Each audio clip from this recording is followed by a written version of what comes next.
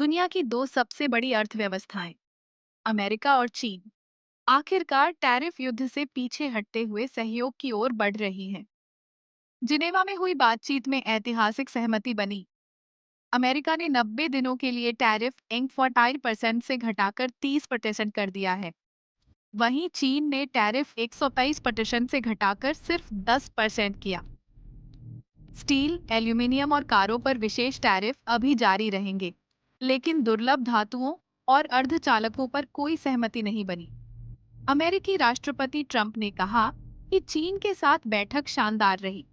कई अहम मुद्दों पर सहमति बनी और अब रिश्ते रीसेट की दिशा में हैं। ट्रंप चाहते हैं कि चीन अमेरिकी व्यापार के लिए और अधिक खुले।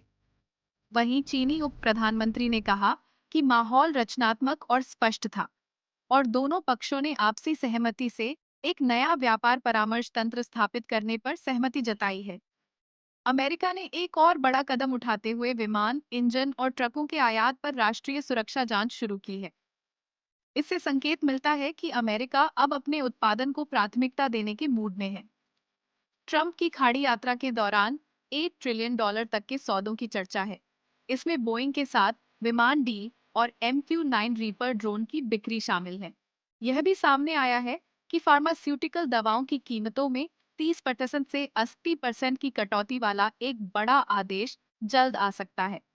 फेडरल रिजर्व के अधिकारी भी सतर्क हैं। कुक, मुस्लिम और हैमैक ने कहा कि उच्च ब्याज दरें अब भी संभव हैं, लेकिन इसके लिए और स्पष्टता जरूरी है।